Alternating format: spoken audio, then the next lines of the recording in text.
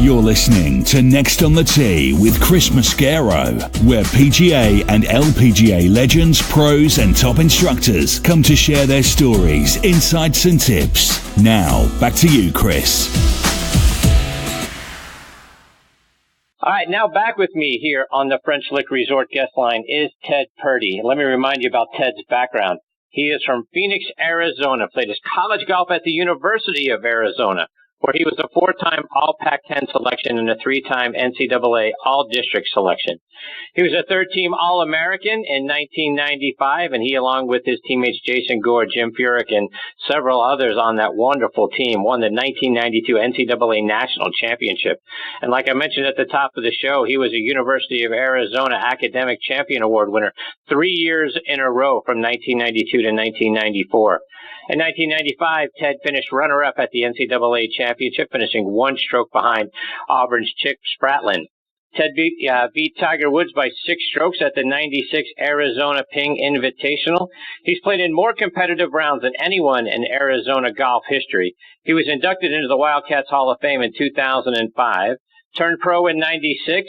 In 97, he won the Asian Masters Championship and was named Rookie of the Year on the Asian PGA Tour. He won once so far on the Web.com Tour at the 2003 First Tee Arkansas Classic and once on the PGA Tour at the 2005 Byron Nelson Classic. And I'm excited he's back with me again tonight here on Next on the Tee. Hey, Ted, thanks for coming back on the show. No, anytime. Thanks for the invite. So, Ted, I saw you played not all that long ago at the Barbasol Championship back in July. So does this mean we might see more of you in the 2019 season? Well, I hope so. When you play poorly, they don't let you play anymore on the PGA Tour. So I've kind of earned my fate, unfortunately. I'm planning on playing in October the Sanderson Farm, and hopefully get into 1 or 2 of the Fall Series events. So I'm still working at it. If Tiger's made his comeback, he's kind of inspired me. So hopefully I come back as well. There you go. So have you missed being out there on tour, Ted? Oh, yeah. I mean, it's the PGA Tour. I tell everybody I'm living the dream. I'm a PGA Tour winner, and they can never take that away from me. And, being on the PGA Tour is the place to be for sure. And, Ted, I wanted to get your reaction to today's announcement regarding the changes to the FedEx Cup for next season. In particular, the change to a sort of a strokes play-based reward system where the FedEx Cup leader coming into the Tour Championship here at Eastlake is going to start the event 10 under par. Second place person will be at 8 under, third place 7 under, and so on. Do you think that's a better way to handle things in order to be sure that the winner of the Tour Championship also is the winner of the FedEx Cup? I do, just because since 2007, since they created the FedEx Cup, even the players don't understand it and don't understand the point system. I mean, we get points and the leaders would shuffle all day long. You're watching it on TV. You're watching the Tour Championship on TV and one player's up and is going to win the FedEx Cup, and 2 holes later, a totally different person just because of the complexity of the point system. The players didn't understand it. I don't think the spectators understood what was going on. So you lost a lot of drama just because of the complexity of the system. This is I think, a brilliant way to make it, it's just black and white. On Thursday, the guy ahead has a 10-shot lead, and let's see if he can hold on. I think it's a great way to do it. The only concern that I have is sort of like what we're seeing right now, where, Bryson has got such a large, points lead, if you will, right? He's got such a large point lead. It seems like it should be more than a 2-stroke differential.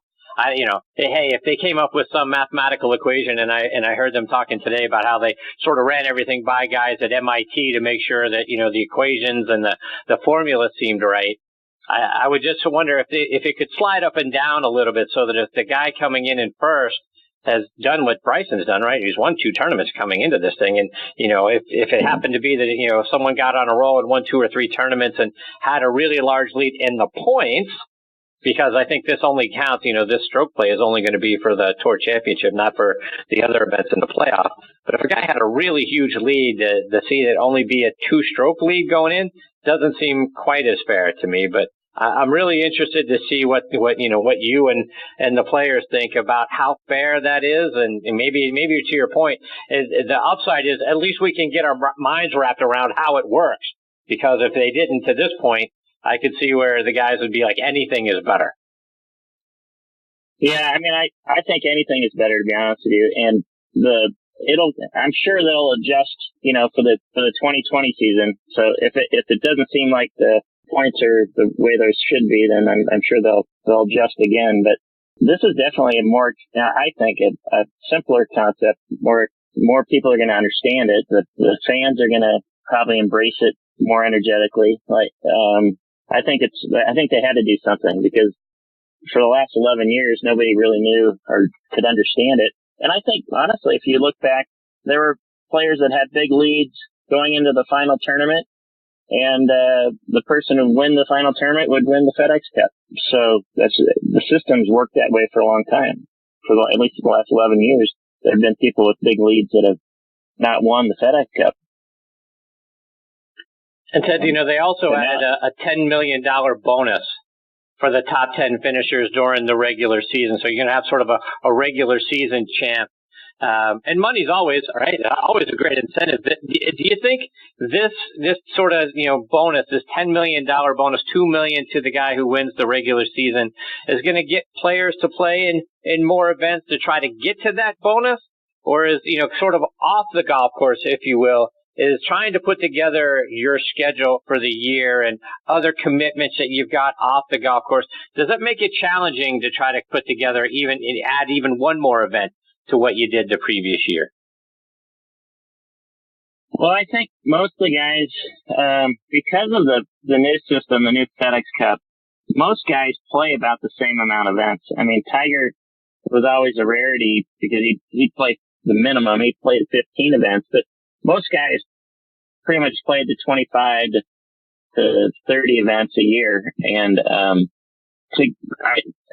I don't think it's going to change people's schedules. I don't think it's going to Tiger's probably not going to add tournaments to his schedule. I don't think it'll make much of a difference on people's schedule. It tells you the extra $10 million bonus tells you how the PGA Tour, how healthy the PGA Tour is, and how, professional golf in general is doing amazing. So the fact that they keep coming up with ways to make the guys richer is why I'm one of the luckiest guys in the world and have been a part and still am a part of the PGA Tour. That's something else that we have to look forward to are a whole bunch of rules changes that are going to go into effect in January. When you've looked over some of those new rules, anything leap out to you and say, you know what? Thank God, this thing is long overdue to change. Yeah, I think just in general, anytime you decriminalize things, it makes the game more fun, more easier to understand. Nothing really jumps out to me, but anytime we decriminalize the system, the better. And Ted, one of the things that I've wondered, to me, the inability to repair a spike mark on a green is something that's never made any sense to me. Have you ever run into a situation, college, you're out on tour, where a spike mark or a rule like that, negatively impacted you? Like, boy, if I could have fixed that spike mark, that putt might have gone in. Oh yeah, we've all had that. I mean, you have these 4 or 5 footers, and that's where everybody walks around the hole. Nowadays, with the invention of the soft spike, we don't have as many spike marks as we used to have, obviously. There's still quite a few guys on the PGA Tour that wear spikes, but the greens now are so good, and the way they maintain the greens and the advent of the soft spike, we don't have as many spike marks. But I think everybody that's played the game has had one affect a short putt, because around the hole is where everybody walks. And as Dave Pelt said, he calls it the lumpy donut. You're going to have some bad luck like that. And it's great that we can now, hopefully repair that kind of obstacle. Has the tour at all discouraged guys from wearing metal spikes? Or is it just sort of a grandfathered in, hey, if you want to wear them, fine? If not, you obviously go the soft spike route. But I would have thought by now the tour would have discouraged, metal spikes. No, the tour doesn't discourage it. I think they're harder to find nowadays. If you go into the shoe room and need some extra spikes, they might have to get on eBay. But no, it doesn't. They don't discourage anything we do. We're all independent contractors. They'll make a rule make sense, and we all have to abide by it. But they try to kind of stay out of our way. If we think we make more birdies with metal spikes, then they'll let us wear them. They don't discourage that. Ted, switching gears a little bit, I was wondering, who are some of the guys out on tour that you really enjoy getting to, whether it's play a practice round with or even during a tournament for that matter? Who are some of the guys you really look forward to playing with? Well, I'm one of the older guys, so I'd say I'm one of the old fat guys now, but just the game of golf really, if you watch it on TV or you play golf with anybody, that's why it's such a great business tool. There's a famous line, somebody said that golf is the elevation of every occupation. And it's because you really get to know the person that you're playing with because of this crazy game we play.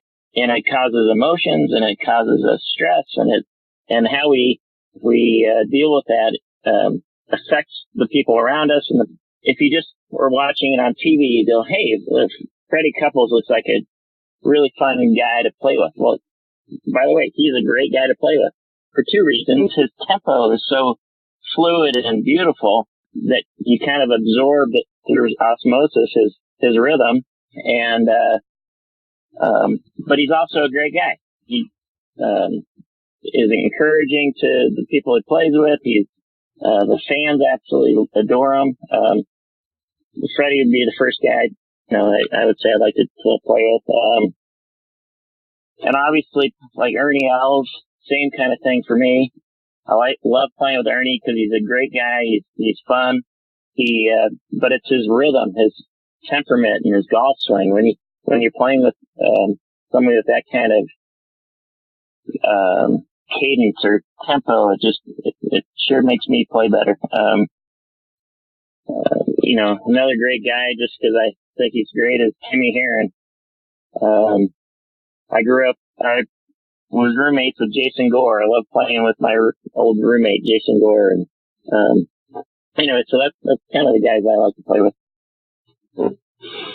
And Ted, having played big time college golf and then obviously out on, escalating through the different tours, the Asian Tour, the Web.com Tour, and ultimately the PGA Tour, how did you get used to playing in front of larger and larger and larger crowds? Because I know, you played, against Tiger many times in college. You played obviously with him on the PGA Tour. How did you get, sort of acclimated to all of a sudden from tens of fans to hundreds of fans to thousands of fans to tens of thousands of fans lining every fairway, every tee box, every green you played? I hate to say it, we're kind of like junkies. Once you get the taste of that, you just want it more and more, and you want to get in the hunt more because of the energy that you're getting from the crowd. I used to say, I play in a major, and I'd be at the British Open, and then the next week we'd be at the Canadian Open, for example, and you almost felt like there was a letdown at the Canadian Open because it's not the British Open, but the Canadian Open is still amazing. So, it's just a thing that I actually just thrive on. I think Tiger thrives on it, obviously, and the other good players out there. If we didn't, you'd probably drive you crazy. And that's why some guys just don't make it, because there is a lot of attention, and people don't like playing golf in front of people, big crowds. And, that's a fine line between, there's a lot of amazing golfers out there in the world, a lot of amazing young pros that are trying to make it. And there's just something about the guys that do make it. They thrive on the bigger crowds and the more attention.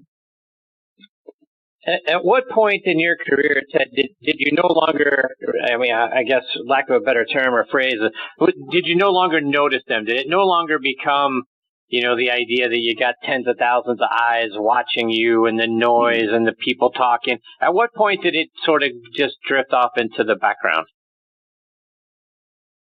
I think it happens pretty quick. I think you get used to it. In fact, you hope you have more people around you because it means you're playing well. When you're hitting a ball, and honestly, when you're hitting a ball into a green that's surrounded with spectators, your ball can't get that far away from the green because it's going to hit somebody. That's why I said that, Tiger and Arnold Palmer, man, they had a big advantage because they hit it in the gallery and it potentially hit somebody in the head and get back in the fairway. But I say that in jest, but it is kind of true. Like, my ball, because nobody's watching me play, I'd hit it over the green and should it go 30, 40 yards. Tiger misses a green and it ends up, he's still around the green because it hit somebody's foot. But, the more people around, the better. And you get over it pretty quick. I mean, Donnie Hammond, he'll tell you in a couple of minutes, same thing. You get over it pretty quick. In fact, you want it. You're hoping for it, for a lot of reasons. And Ted, you mentioned Mr. Palmer's name, and I was curious, have you had an opportunity to sit down with some of the legends of the game, like a Mr. Palmer or Nicklaus or a player, and pick their brains, get some tips, maybe a playing lesson, something along those lines? Did you get an opportunity to be with some of those guys? Yeah, all the above. That's the thing about golf. It's not there's just not a lot of us out there. 125 a year, 150 guys a year. And if you play in the Memorial, Mr. Nicklaus meets everybody and likes to sit down and talk to everybody. And he's always got words of encouragement and, wisdom that you can get from him. And when I was at Bay Hill in Arnie's tournament, a couple of years, Arnie asked me to host the Pro-Am party where him and I would get up on stage and I'd go through the rules and tell a joke or two and what was funny is I had made up to that point and up to the point of Arnie's tournament, I had made over $1 million that year. And I got up on stage and I said, well, thank you, Mr. Palmer, because in the last 4 or 5 months, I've made $1 million and I surpassed your career earnings. And it's just, it's hard to believe that I could surpass Arnold Palmer's career earnings in a few months on the PGA Tour. So, yeah, pretty incredible. Crazy. Yeah. Ted, a couple more before we let you go, and I want to kind of go back into some of the things that you were able to be a part of earlier in your career, and you got to play in the Masters in 2006. So before we talk about the tournament proper, did you get to play in the par 3 tournament that year? At the Masters? Yeah. I played in 2 Masters. I played in the, you do all the traditional things, the par 3 tournament, and I never played it very well in it, but I did it all. So I was curious, I've walked that little par 3 course several times, but teeing it up on there, it seems like obviously Augusta National is what it is, and it's the dream for so many of us. But I think that little par 3 contest, or the course, I should say, is something that is very underrated and underappreciated for the folks that don't get an opportunity to be out there and check out the par 3 on Wednesday. Just for a moment, what's it like playing that little course? Well, it's maintained at par with the rest of the course, or with the big course. I mean, it is just perfect condition. The greens are absolutely perfect. They've got a lot of, water hazards and bunkers, and the galleries are, the galleries on the par 3 tournament are basically, it's up and close and personal, and there's a lot more interaction with the guys because they're not stressed out about playing in the Masters. They're just playing this par 3. So everybody's signing autographs and having, joking with the crowds. So as a spectator, it's probably from a fan engagement situation, it's probably better than the real tournament. And Ted, in the regular tournament, what's it like stepping on the first tee on Thursday, hearing your name called, and then trying to hit that opening tee shot? So my first year, I had the first tee time, and I think they do that to rookies on purpose. But so I've got the 8 o'clock tee time. Well, they open the gates at 8 o'clock. So I'm standing on the tee. I get my name. Well, it's right after the big ceremony where Jack Nicklaus and Arnold Palmer hit the shot off the tee, and they open the gates at 8 o'clock. Well, they open those gates, and the fans are rushing to find because if they set their chairs down like on 18 green, if you set your chair down on 18 green and leave, your chair will be there the rest of the day. Nobody moves it. Nobody touches it. It's your chair. You got there first, and you can go up to the bathroom. Nobody's going to move it. You can go get a cheese sandwich, and your chair's going to be there. So people at the Masters are running full sprint to find their spot on 16 green or 18 green or 13 around the par 5s or wherever. So that there's this mad dash for the gallery members to get to their spots. Well, then they say, Ted Purdy, Phoenix, Arizona, play away. And, it's just the greatest, it's one of the greatest moments of any professional's life, teeing off on the first tee at Augusta National and the Masters. Ted, before we let you go, remind our listeners how they can stay up to date with the things that you're doing, whether it's online or it's on social media. Well, I'm at Ted Purdy on Twitter, and that's probably the easiest way. I tweet every once in a while, but not very often. I unfortunately don't have a lot going on, but hopefully we got a lot to tweet about again in the fall. Well, Ted, I look forward to seeing your name up on leaderboards and following you in the 2019 wraparound season. I can't thank you enough for coming back and being part of the show tonight. I always have so much fun when I get the opportunity to spend some time with you. Well, thanks for the invite. I appreciate it. All right, Ted, take care. All the best to you and your family. Thank you. That's Ted Purdy, and he spells his last name Purdy. So at Ted Purdy on Twitter, and I highly encourage you, go look him up. Ted had as successful a college career as you're going to find. And again, went up against Tiger Woods head-to-head when Tiger was at Stanford and won a couple of those events. So Ted had a great career there, obviously a member of the Wildcats Hall of Fame, and we certainly look forward to watching Ted out on tour this coming season and keeping up to date with all the great things he's doing and having him back on the show again real soon.